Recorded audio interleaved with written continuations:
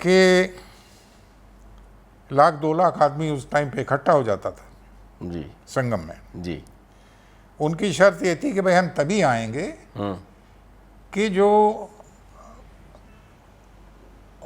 और वो हैं उपयोग करके आम जनता को कोई कहीं पर परेशानी नहीं होने दी। भारत के राष्ट्रपति सोच रहे हैं कि हमारी जनता को कोई परेशानी ना हो, हमारा भी पूजा पाठ हो जाए, ठीक है ना। इधर डीएम साहब ने उसका एक रास्ता निकाला। मेरे रोंगटे खड़े हो रहे हैं अभी ये सब चीज़ बताते हुए, क्योंकि ऐसे लोग भी हैं। अब भाई साहब सुनिए, स्नान पूजा करके जब वो उस घाट पे फिर आए अपनी कार में बैठ के एयरपोर्ट जाने के लिए, उस आदमी ने कर्नल साहब को, क्योंकि जब वो आए थे तो पिताजी ने कहा था ये सब जो है वो इनकी वजह से व्यवस्था से संभव हुआ है।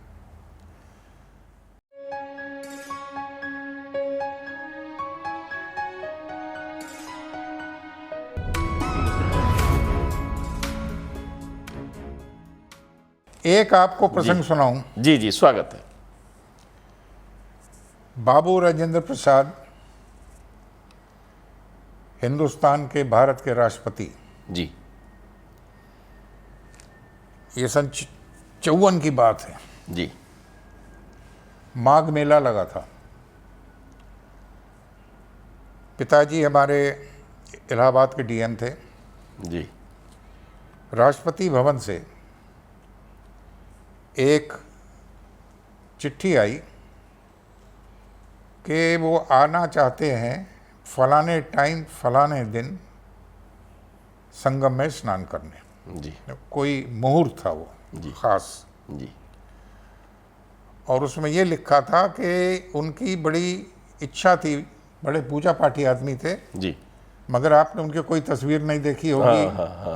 अटल बिहारी वाजपेयी जी की नहीं देखी होगी, मंदिर में दर्शन कर रहे, ये कर रहे, जी, वो कर जी, रहे, जी, कभी नहीं देखी होगी। वो उनके अंदर का मामला था, मन की बात थी, जी, जी, कि वो आना चाह रहे हैं उस दिन, उस मुहूर्त में। और शर्त ये है कि लाख 2 लाख आदमी उस टाइम पे इकट्ठा हो जाता था जी, संगम में। जी, उनकी शर्त ये थी कि भाई हम तभी आएंगे कि जो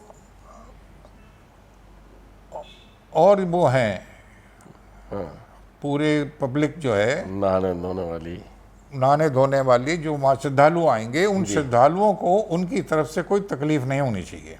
क्या बात है। प्रेसिडेंट ऑफ इंडिया,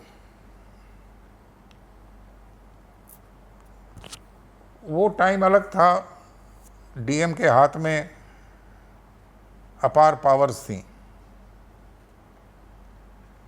तो इन्होंने वहाँ एक बहुत बड़ी फौज की डिवीज़न है इलाहाबाद में जी, 4th इंडियन डिवीज़न कहलाती है जी, एक जनरल उसके इंचार्ज होते हैं।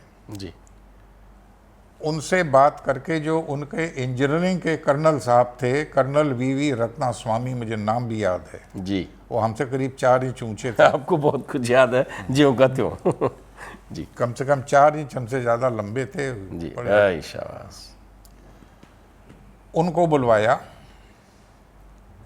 और उनसे कहा कि भाई ये हमारे पास चिट्ठी आई है वहाँ से, ये तो बड़ा नाक कट जाएगी, हम कह दें कि नहीं, हम नहीं स्नान करवा पाएंगे, अगर रास्ता रोकना पड़ेगा, ये करना पड़ेगा, वो करना पड़ेगा।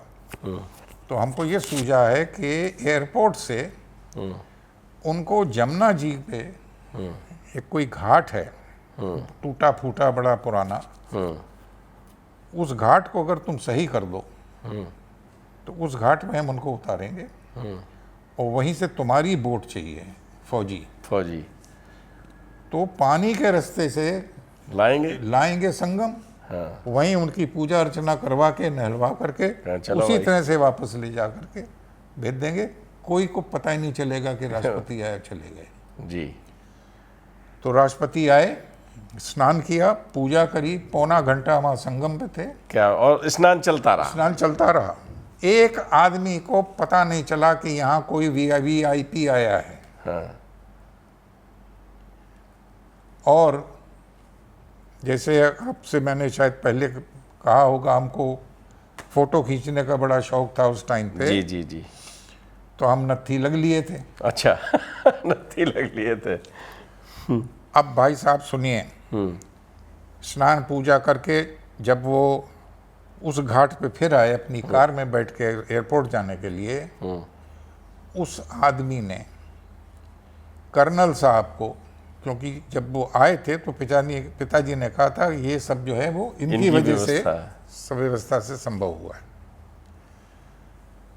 हाथ जोड़ के, हाथ पकड़ के ऐसे उनका धन्यवाद किया है कि जैसे उनका कोई सिपाही उनको धन्यवाद दे किसी और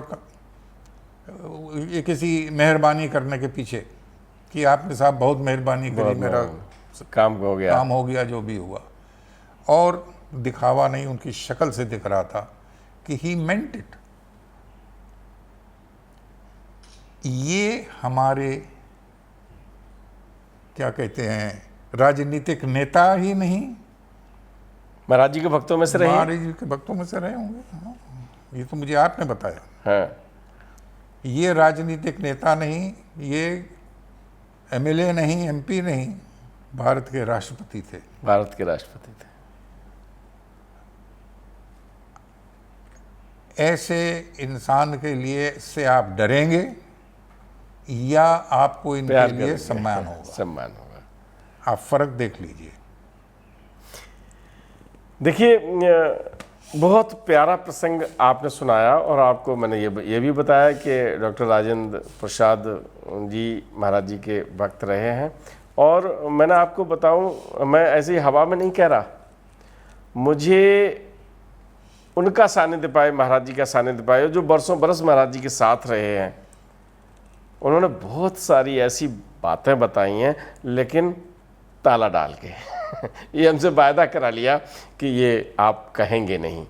ये तो मैंने बता दिया, क्योंकि अभी कैसे रहे हैं, कहाँ मुलाकातें हुई, क्या हुआ, ये मैं अगर कभी इजाज़त मिली उनकी तो मैं आपको बताऊंगा। नहीं तो ये तो मैं बता रहा हूँ कि राजेंद्र प्रसाद जी महाराज जी के अनन्य भक्तों में से रहे हैं, बीवी गिर अनन्य भक्तों में से रहे हैं, डॉक्टर शंकर दयाल शर्मा अनन्य भक्तों में से रहे हैं, और इनमें से कुछ के चित्र भी महाराज जी के पास अब पब्लिकली है। तो ये जान, तो महाराज जी के ऐसे अनन्य भक्त भी रहे, और ये भक्त की श्रृंखला जो चली है वो महाराज जी की शिक्षाओं के साथ चली है। दूसरी बात आप यहाँ ये देखेंगे कि जिलाधिकारी ने पूरे विवेक का उपयोग करके आम जनता को कोई कहीं पर परेशानी नहीं होने दी। भारत के राष्ट्रपति सोच रहे हैं कि हमारी जनता को कोई परेशानी ना हो, हमारा भी पूजा पाठ हो जाए, ठीक है ना। इधर डीएम साहब ने उसका एक रास्ता निकाला, मेरे रोंगटे खड़े हो रहे हैं अभी ये सब चीज़ बताते हुए, क्योंकि ऐसे लोग भी हैं। डीएम साहब ने रास्ता निकाला कि ये ऐसे संभव हो सकता है, उसे कर्नल साहब ने उसे व्यवहारिक रूप दिया, और सारा श्रेय डीएम साहब खुद ओढ़ते कि सर देखिए व्यवस्था सही है कि नहीं सही है, और मैंने करवाई, ये करवाई। कर्नल साहब बीच में थोड़ी आते कि मैंने की, लेकिन उन्होंने पूरा श्रेय कर्नल साहब को दिया। तो ये महानता भी उनको श्रेय जाता है, और मैं आज उनको बहुत प्रणाम करता हूँ। अनंत विलीनता के पथ पर कहीं पर हों, मैं ये एपिसोड उन्हीं को समर्पित करता हूँ। आप समझ गए होंगे कि आस्था कैसे निभाई जाती है, जिनका प्रतिनिधित्व आप कर रहे हैं उनके हितों की रक्षा कैसे की जाती है। आज तो एक छोटा सा पद मिल जाए, चाहे वो जनसेवक के रूप में, जनप्रतिनिधि के रूप में हो, और जब तक रोड रुके नहीं, जब तक हूटर बजे नहीं, और जब तक 50 और 100 गाड़ियों का रेला पीछे चले नहीं, तब तक क्या हनक है। लेकिन मित्रों, हनक उनकी है जो ऐसा इतिहास रच गए, और जनता सब जानती है। सुना होगा ना गाना, ठीक है। तो ये एपिसोड मैं पूज्य JN उग्रस साहब को समर्पित करता हूं कि जो काम उन्होंने किया उसका श्रेय दूसरे को दिया, तो उनको समर्पित करते आज लेता हूं विदा। फिर नए संस्मरण के साथ मिलते हैं, तब तक के लिए राम राम।